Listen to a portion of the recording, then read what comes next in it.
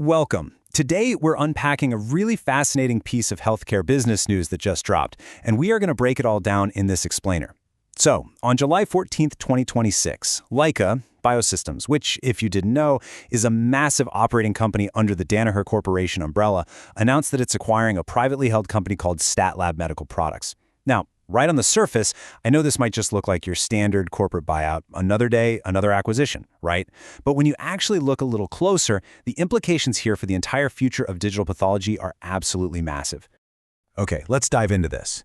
When we talk about the future of healthcare, you inevitably hear about artificial intelligence. It's everywhere. But there is a huge lingering question the medical industry is desperately trying to solve. How do you actually scale AI cancer diagnostics? I mean, it sounds like a purely software problem, doesn't it? You'd think we just need better algorithms, faster servers, some more processing power, maybe larger data sets. But there is a massive paradox at the heart of scaling high-tech healthcare that completely flips this whole assumption on its head. See, we typically have this really shiny expectation of high-tech algorithms and rapid digital scanning. It feels like science fiction. But the everyday, unglamorous reality of a pathology lab? It's quite different. We are dealing with physical stuff. Glass slides, little plastic cassettes, and literal liquid stains. The plain truth is, you can have literally the most advanced AI in the world, but if the actual physical tissue sample on that glass slide is prepared inconsistently, the AI's analysis is completely compromised. It's that classic computing rule, just applied to biology. Garbage in, garbage out. And that is exactly why this specific acquisition is making such waves.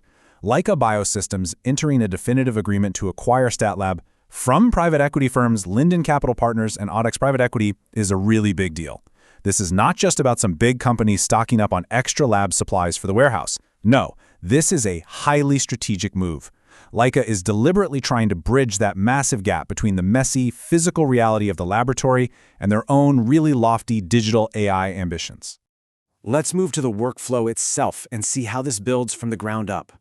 Just picture the physical journey of a single tissue specimen in a typical pathology lab. It starts right at collection. Then it moves heavily into tissue processing. Then we go to slide preparation and staining. And only after all of that physical handling does it finally reach digital scanning.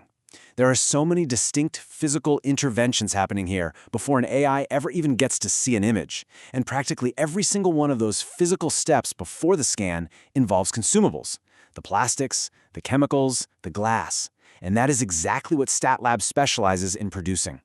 Controlling those initial physical steps is absolutely critical because of a concept pathologists call pre-analytical variation. We're talking about tiny, microscopic shifts here. Things like changes in tissue fixation conditions, section thickness, or just the consistency of the stain. Even a super slight change in the physical quality of the slide or how the specimen is handled can completely alter what that final digital image looks like. Now, a human pathologist, they can usually squint and adapt to these little quirks, but an algorithm, it just gets confused when it encounters visual variation that it hasn't been specifically trained on. This gritty operational reality is exactly what Gustavo Perez Fernandez, the president of Leica Biosystems, highlighted. He pointed out that this combination could, quote, help laboratories achieve the consistency, standardization, and quality needed to adopt artificial intelligence-enabled cancer diagnostics at scale. Now, I really want you to notice what isn't in that quote. He isn't claiming they've instantly cured cancer or made the AI magically smarter. The core rationale here is entirely operational. It's all about building a highly controlled, standardized physical foundation so that computational pathology can actually work reliably out there in the real world. When you put the portfolios of these two companies side by side, the synergy is just undeniable.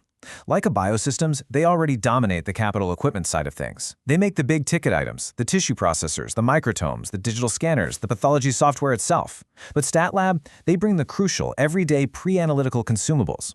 Essentially, Leica is buying the physical glue that holds its high-end equipment together. They are ensuring they control the quality from the absolute moment the tissue goes into a plastic cassette to the exact second it hits the digital screen.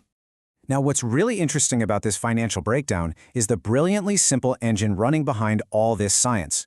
Out of Danaher's projected $9.94 billion in 2025 diagnostics revenue, a massive 89% comes from recurring sources. 89%? They have a huge, insatiable appetite for the classic razor and blades business model. Think about it. A lab buys capital equipment, like a digital scanner, maybe once every few years. But they have to reorder slides, cassettes, and liquid reagents literally every single day. StatLab feeds perfectly into that highly lucrative, highly predictable recurring revenue stream. In the business world, this is strategically known as a workflow depth strategy.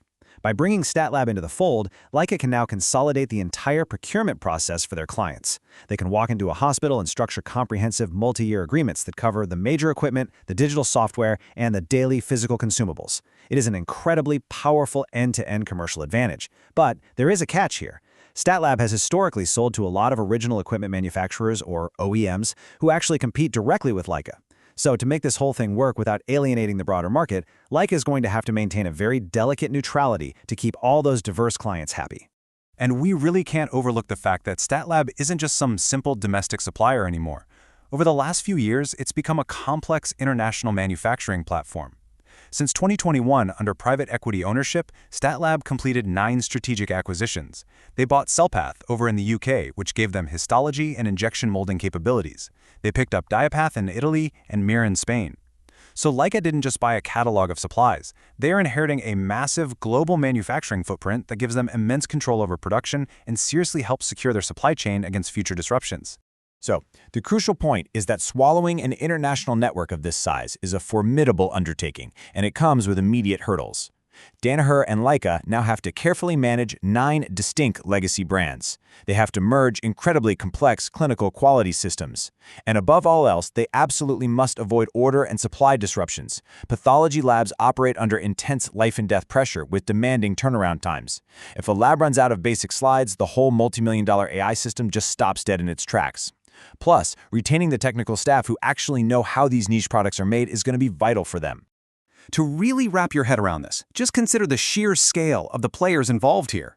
Over $141 billion. That was Danaher's market capitalization right around the time this transaction was announced. Now, the actual purchase price for StatLab, along with its specific revenues, were kept completely undisclosed. But, when you're a massive conglomerate worth over $141 billion, a targeted acquisition like this is really more of a strategic portfolio signal than an immediately measurable earnings catalyst. It tells investors, and the whole market, exactly where Danaher believes the foundational future of medical diagnostics is heading. So how will we actually know if this workflow depth gamble pays off? Well, here are the 3 big value creation milestones you should be watching for. First, they need to actually clear all the regulatory hurdles and officially close the deal by late 2026. Second, they have to seamlessly integrate those global sales channels while keeping day-to-day supply reliability rock solid. And third, and this is the ultimate test really, they have to eventually prove in real-world clinical settings that physically standardizing these basic consumables actually translates to superior, more accurate AI diagnostic outcomes. Which leaves us with this final pivotal question. Will physical control actually translate to digital dominance? It is truly fascinating to think that in an era where everyone is utterly obsessed with complex neural networks, software, and machine learning, the true secret to unlocking the AI healthcare revolution might just be mastering the unglamorous everyday world of plastic cassettes, liquid stains, and simple glass slides. If Leica can perfect that physical foundation, they might just own the digital future. Thank you so much for joining me for this explainer. I really hope this helped you grasp the real strategy running behind the headlines, and I'll see you next time.